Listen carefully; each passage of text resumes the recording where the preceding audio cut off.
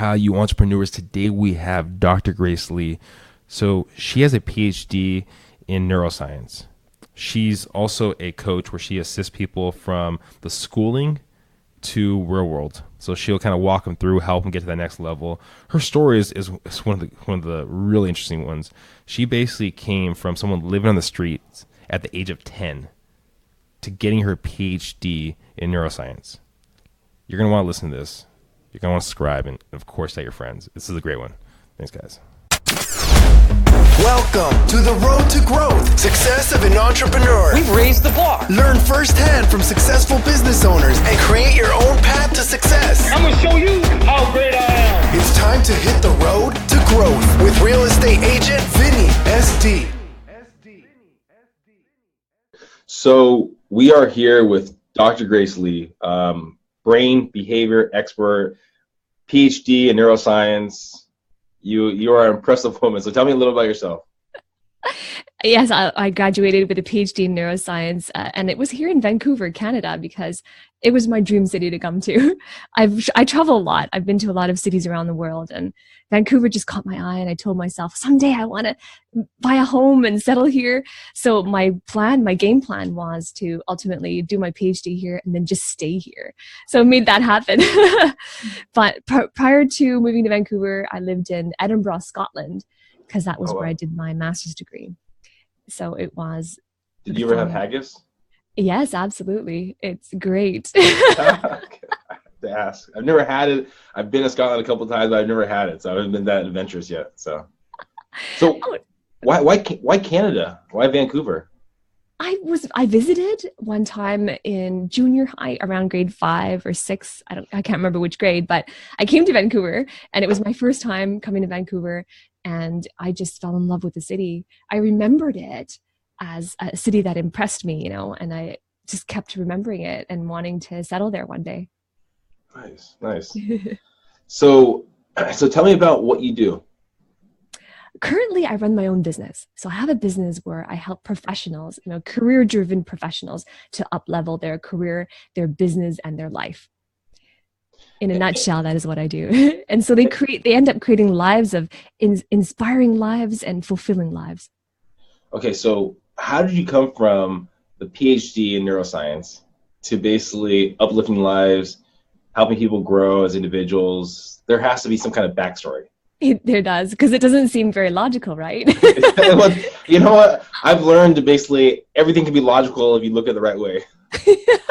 I love that statement. It is so true. Because the expectation of someone with a PhD is they either go the professorial route, and the epitome of success there is a tenured track, professorial, or they're faculty, or they're instructors, or science communication, something like that, right? So those are the traditional routes. And it wasn't that I decided that I planned in advance that I would start a business and help professionals this way.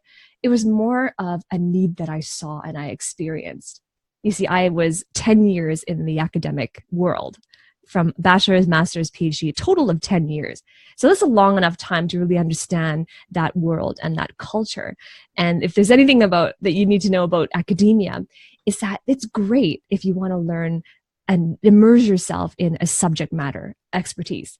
So they teach you all the historic knowledge, the technical knowledge, and it organizes very well in a curriculum, right? And so you have that knowledge, and the subject matter depends on the major that you choose or the focus that you choose, right? So the education system is great at teaching you these things, but there's a gap in the education system. They don't teach you how to take this knowledge you've collected. I call them like data points. You're collecting data all these years in your degree, and they don't teach you how to take that information, how to package it, how to organize it, and deliver it into invaluable wisdom to exchange for money, right? Fair exchange for money in the marketplace. Right? So they don't teach you how to make money, and they also don't teach you how to answer the more important questions in life, like who am I and what's important to me? Right? How to build a career. And so I felt this gap, and I saw a lot of very highly educated, highly skilled individuals burned by the system, and they just were stuck in the system, didn't want to leave the academic world, and it wasn't relevant in today's job market realities. The context is not there. And so students, they go through so many years of school, and they think about their careers very linearly. right? And there's and the thing about a career is that it's not like in the traditional past where it's one long, 30, 40, maybe even 50-year long tunnel. Today's careers are so different. They're like micro careers, project based, strategic alliances are extremely important. And the education system traditionally was created in the 1940s and 50s, and it just doesn't keep up with today's job market realities. And so I saw this gap and people not being taught these things, and I decided to fill the void. I wanted to fill the gap of the education system, and I started teaching. Right, this was during my PhD. I started teaching these principles of career development. I started teaching things like, well, how do you think of important questions like that? I started partnering with other people to teach financial literacy, things that the education system doesn't teach you. How do you manage money? How do you get out of debt? How do you plan your estates and your will and things like that? All money management. And every time I held a seminar or a workshop or taught something in a classroom, I noticed how there was such a need for it. The classroom would be filled to the back and people standing in the back, right? Fire hazard. And so I saw this need. And it was then that I stepped into my role as a mentor, a career mentor and a career educator. So I have a couple questions. So you got your degree in Scotland, correct? You said? The master's degree, yes. Master's degree. And then where did you go to school before that? My bachelor's was also in Vancouver. That was another reason how I tasted what it's like to live here. So and I'm out in California, San Diego, in the United States. And so we have a more general education, even in college, basically the first 2 years is basically general education. Then you get more specialized as you go forward. In Vancouver, is it more specialized at a young, because I know in Europe, it's more specialized at a younger age. Is that the case there or not the case? No, it's not the case.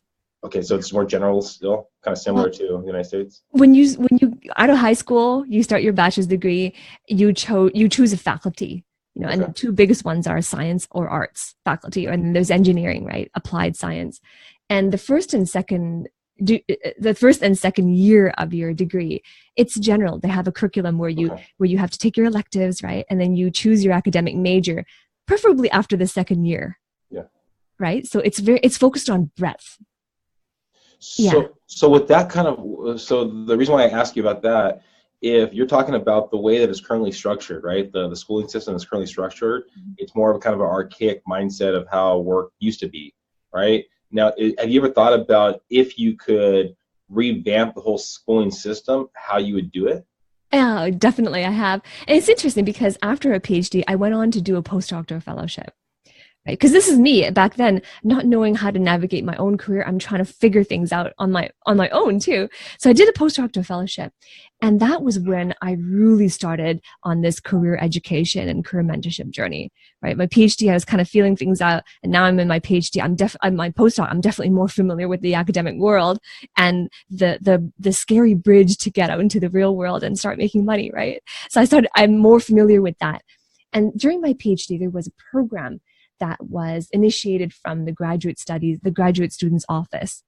And it was called Reimagining the PhD, right? And these were the heads of departments from top universities in North America that came to Vancouver, and I'm from the University of British Columbia. That's my alma mater. So they came there, they gathered at the department head, and they were discussing how we need to reimagine the PhD to fit better within the global context of careers and job market realities. So they had this discussion with all the heads of department, and I was one of the only students that was invited because of my prominence, in the community. I was president of a postdoctoral association at the time, and I used my name to get out there and to get the message out there that we need to be more proactive and empowered at defining our own career and our destinies. So they invited me there, and it was an amazing discussion. Professors, heads of departments are actually aware of how the PhD program does and does not prepare students for a future, for a career. So they brainstormed. It was a very high level brainstorming, like a masterminding on how we can change the program, how we can introduce elements into it. In the long run, though, this was like, I would say in 2013, 2012 or 2013, that's when it happened. And you see, just like the corporate environment, when you make a decision, it takes so long to take effect, right? And this is what we're seeing, is that it's the change takes so long to make, right? So if it were me, and these were some ideas that I gave, into that meeting, I would say that students should be encouraged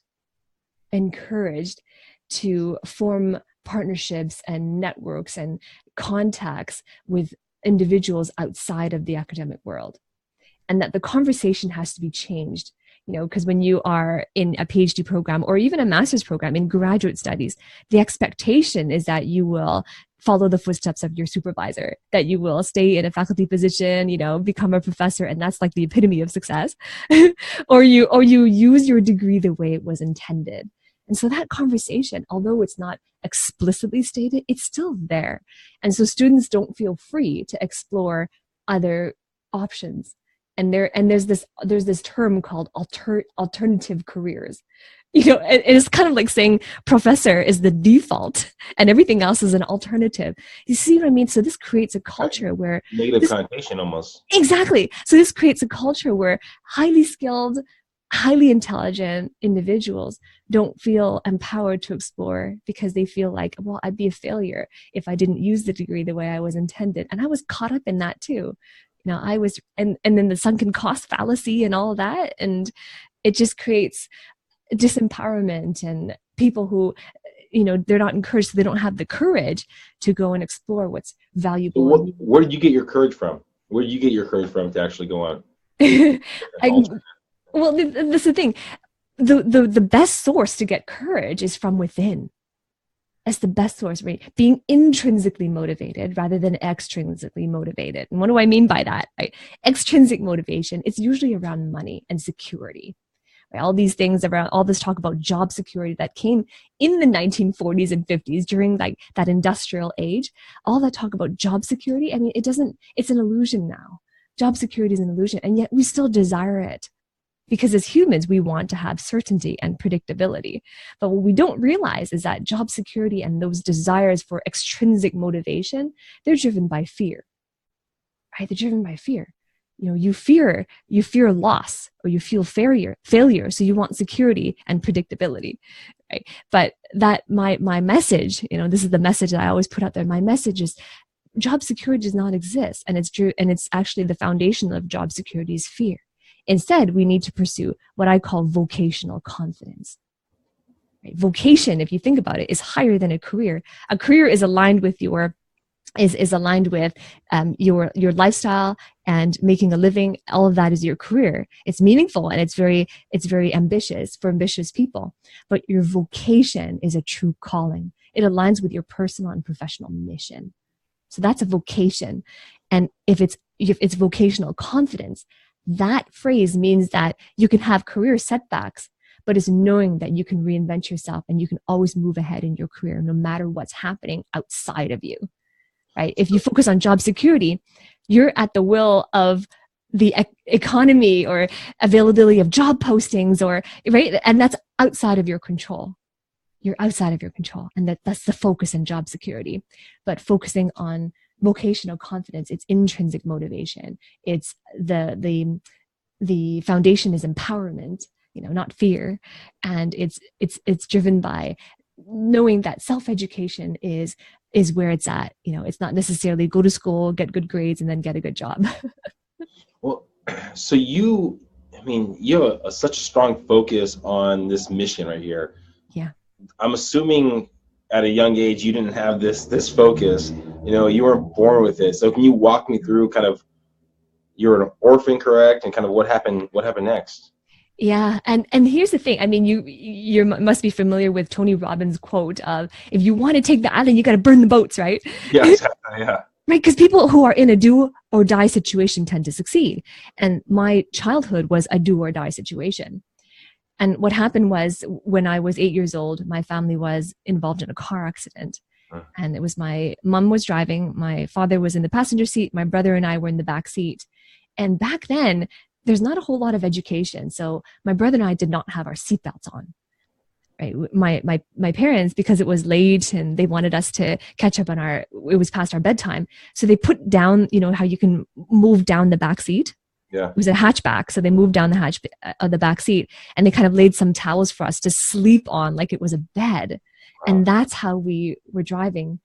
And it was a head-on collision. Of course, we flew everywhere, and the car was completely destroyed. And so in that car accident, my mom was driving. She had a severe brain trauma. And from what I hear, I don't know the details, but she was in a coma and she didn't survive. She passed away from that, and I never got to see her. And so that's what subconsciously seeded my interest in neuroscience, her brain trauma, my own injuries as well. I had a high cervical dislocation. There was some fracturing there as well. I didn't have a spinal cord injury. That's why I'm able to move and have full use of my limbs today. But I was very close to becoming a quadriplegic, very close. And my recovery was very long. The rehabilitation, learning to walk again because of my atrophy, it took a long time. So that, both of them, my spine and my mother's head trauma, it seeded my interest in neuroscience. And I didn't realize it until later. But what happened after the car accident and the recovery was that, my father, he remarried, and he had a couple of daughters from the new marriage. And around that time of him, birthing, introducing his daughters into the world, he came into my bedroom and he basically told me that he was not able to care for me and that I needed to find an alternative. How old are you? 10. Wow. Yeah. And I needed to find an alternate caregiving situation. And so I left, I had to go, and he didn't want to continue the relationship with me as well. And so I left. What happened to your brother? Was your brother still around? He was around. Yeah, he was around. And it was just me that he said that to. Oh, wow. Okay. Yeah, it was just me. And he's my older brother, right? He said, it was just me that he said that to. And so I did leave. I didn't find an alternative, right? And so there's what began my orphaned years. And it was a very strange and very dark, the darkest years of my life, because I spent so many nights there out on the street, roaming and just feeling hopeless and alone and suicidal and just feeling worthless. The worst part of it all was that I wasn't angry at him. It was more like feeling, of course this happened because I'm not worthy of being loved, because I have no value as a human. And that's how I internalized the whole situation. And, fast forward 4 years of this, until when I was 14, I serendipitously met an older couple. I was working at a restaurant at the time. Let me interrupt you 1 second. Sorry. For anyone that's not watching the video of this and just listening to it, Dr. Grace is smiling all this heartache. I'm like listening right now. I'm just like, oh my gosh, this is the worst. And she's smiling. So very positive individual right here. All right. Sorry. I can say this now more than 20 years later, but at that time, I definitely wasn't smiling. Yeah. Definitely not. I have gratitude now for all that I've been through because I know why it happened. But back then, I had no idea. And all I can think about was, you know what? I could die right now and no one would know and no one would care. That's all I thought every day during those dark years. Right. And so things turned around when I met that couple when I was 14, working at the restaurant. And they were very astute. They noticed, they observed, and they basically said to me after they had their meal, they settled their bill, and they said to me, Grace, you need a place to stay. Why don't you come and live with us? Oh my gosh. Complete strangers.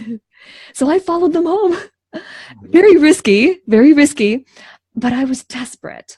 And when you're desperate and survival mode, you do certain things, and I followed them home.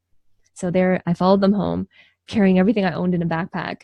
And there they led me to their house, which was a very humble wooden yellow house. Entered the front door, through the kitchen, and then there was a narrow staircase, carpeted staircase, up the staircase to the right, and there was a huge bedroom with yellow walls, slanted ceiling, and the biggest bed I've ever seen. They turned to me. We're standing in the bedroom on their hardwood floors. They turned to me and they say, Grace, welcome home. You can stay here for as long as you need. Treat this as your house, and they're saying these things to me. And it was not computing. It wasn't computing. All I can think of was, oh my gosh, okay, I have a place to stay. But I didn't trust them. right? I thought that I still need to stay on my toes because I don't know how long I'm able to stay here. I'm allowed to stay here. Yeah. So I didn't trust them. I didn't develop a relationship with them. I kept them at an arm's length, and this happened for 2 years. I did this testing and not trusting for 2 years until I was 16. And that was when I had my awakening moment, and I heard his voice for the first time, the husband's voice for the first time. And when you hear, it's not about hearing their voice, it's hearing their voice. If you know what I mean, if you hear my tonality, I heard his voice. And that was when I realized they are the real deal. They're sincere. They meant what they said. I can stay here for as long as I need. Did you ever find out why they brought you in, why they chose you, why they even chose anyone? I did find out. I found out later, and it's simple. Their reason is because they saw a child with a need and they could fill the need. That's it. Wow. That's it. And it was truly, truly that simple. Wow. And prior to meeting me, they never encountered a child with a need. So I was their first orphan.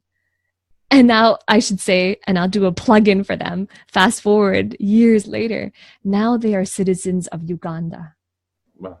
And they have an orphanage there. They started an orphanage 20 years ago. Hundreds of children are provided for and cared for and loved because of my parents. Wow. Yeah. Did throughout this process, did your biological father ever reach out, ever come back in the picture, anything like that? No, he did not. What about your brother, older brother? It was distance after that. After high school like that, it was distanced, and we had it already put a distance between us. Yeah. And there were decades where there was no contact, nothing like that. But recently, he did reach out. He came to Vancouver. He flew to Vancouver, and I think he lives in Ontario somewhere. I don't remember where, but he lives in Ontario. He flew to Vancouver, and he reached out on Facebook. Facebook has this way of reuniting people. Yeah, so he reached out on Facebook. It's a very casual message, and we met for lunch. And I met him and his wife and his kids. Yeah, I met his kids. It was the first time, and it was great. But I can't say that we're particularly close or anything. Do you have any resentment towards him? No, I never had. That's the thing. I never had resentment towards my relatives. The way I internalized it was not resentment or anger. It was on me that I'm not worthy. So when did you feel that or find out, or what process did you go through to realize that you are worthy? It was a long process. But my parents, and I call them my parents now because basically they're my mom and dad, right? Yeah. So my parents really helped in that process. But it wouldn't have happened if I didn't have that moment where I realized they were sincere. It was that moment that changed my life. Well, first when they gave me a second chance, and now I'm no longer in survival mode. Yeah. That was, but I didn't realize it until I was 16. I still kept that survival mode mentality until I was 16. When I could finally let go of that was magical, because now my brain, I have the mental capacity to think about other things. Before that, when I didn't trust them, I was so worried that they're gonna kick me out, or they're gonna ask me to leave, or they're just gonna get tired of me because I'm so unworthy of being loved. One day they're gonna ask me to leave. So I had this survival energy, that I'm on the bottom here. I still have to stay on my toes. And so it was contraction, right? That didn't allow me to focus on anything else except survive. So when I let go of that, I finally truly let go of that, all of a sudden, I no longer want to give up on life. I stopped giving up on life. I stopped saying that it's worthless. I don't have a future. All of a sudden, my conversation became, I want to have a future. I want to have a better life. I want to be independent so I don't end up in a situation like this. It was empowering, but I didn't know how I was going to do it because nobody was paying for my education. There was no allowance. There was no support that way. So I had to be resourceful. And that's what I mean, my do or die. It was like, this is do or die. If I don't find a way to pay for my college education, then I'm going to die. So, It's do or die. so there's this idea that I always look at that people go away from fear, right? Instead of going towards pleasure, Yes. right? So with yourself and in these moments of building out your business, doing that kind of thing, do you ever have to go back to that time when you were 14 and remember who that person was and push away from it? Is it more towards kind of who you're going to be in 2 years, 3 years, 5 years? Yeah, it's interesting. It's so true what you just said, that most people they would do more to avoid pain than to move towards pleasure. That's the human psychology of it. I look at the pattern of the way I operated ever since an early age. I was always the other one, moving towards Oh, wow. a better future. I was always the moving towards person. It's just how I'm wired. It's just how I behave. And so my incentive is more on the reward and more on the fulfillment than it is to avoid pain, because I was so used to pain. If you think about it, at such a young age, I was so used to it. I dwelled in it every second, every minute, every hour. I didn't handle it well. As a 10-year-old child, I didn't handle it well, and I didn't handle it in a mature way. But I was so used to it that I was numb to it. But of course, you start a business, and when you start a business, there's a lot of challenges. And to be honest, there are moments where I know that the average business does not go past beyond 1 year. And so there's thoughts of, well, if I don't make it, I don't want to end up not being able to provide, not, losing the house, things like that. Thoughts come like that, right? But it's a matter of catching them when they do come and realizing the truth of what I have accomplished. So how do you overcome those moments? Those moments of saying, I don't want this to happen, and then kind of catch yourself. What do you do to kind of get past them and catch yourself? Yeah. It's recognizing, okay, I am thinking like this now. These thoughts did appear in my mind. And it's about leaning on the truth of what I did accomplish in my life. Basically, you look for evidence. Look for evidence of how you did overcome things in the past. Look for evidence of how you did make something happen. And I did. I was resourceful. I brought in money out of nowhere that paid for my entire education. Wow. And I had nothing in my name, nothing under my name. And I was able to fund my entire 10-year college without any parental support. So if you could take the moment right now to kind of look at that younger self, that one that got let go by her father, her biological father, what kind of advice would you give that person? You mean advice to my younger self, right? Yeah, your younger self, yeah. At that time, as a 10-year-old Grace, feeling unwanted and abandoned and feeling worthless, I wasn't looking for advice. I just wanted someone to come by my side, hold my hand, and tell me it's going to be okay. That's all I wanted. Advice at that time would not have been received. I just wasn't in the right state of mind. And that's the thing. We human beings, we always want to fix things, because fixing things, solving a problem, it does two things. First, it fulfills our purpose, so we feel good about it. It gives us purpose and fulfills it, so we feel good about it. And secondly, we are able to solve someone else's, so the vision of their problem being solved through us is rewarding as well, and we feel we've made an important contribution. But here's the thing. Sometimes the situation doesn't call for you to be the problem solver. Sometimes it is for you to be practicing active listening and to be an active participant. And we're so caught in that. And that is the reason why sometimes relationships dissolve and relationships fall apart, is because we're always trying to solve and solve and solve. But they're not a project. They're not your project. They're not, they're not, you know what I mean? And One of my coaches, he actually told me that you're saying right there. I thought it was, because what you're saying, if I would have heard that maybe a year ago, I'd be like, okay, that makes sense. And that's what he exactly told me. He was like, he talks to his wife when his wife's complaining a little bit. And he goes, okay, do you want me to help solve the problem, or you just want me to listen? and then she'll tell him this, and then he goes, okay, I'm just listening. Like, yeah, no, it's so true. It's hard to do something. Like, we're wired to like solve the problem, and we're thinking we're helping them out. Like, so I totally agree. Yeah. Yeah. And it's not just because of that reason, but also if you're always solving, if someone is so used to other people helping them solve the problem all the time, it's actually more disabling than enabling, right? Because then they don't have that experience of solving the problem for themselves. So what's next for Dr. Grace Lee? What's next for you? What's next for your company? what's the future hold? Yeah, for me, this is more than just a business, more than a company. It is something bigger than myself, and I like to refer to it as a global movement. Right? I call it Career Revisionist, and I see it as, around the world. And my ultimate dream is 1 million people impacted, 1 million lives changed by up-leveling their career and up-leveling their life.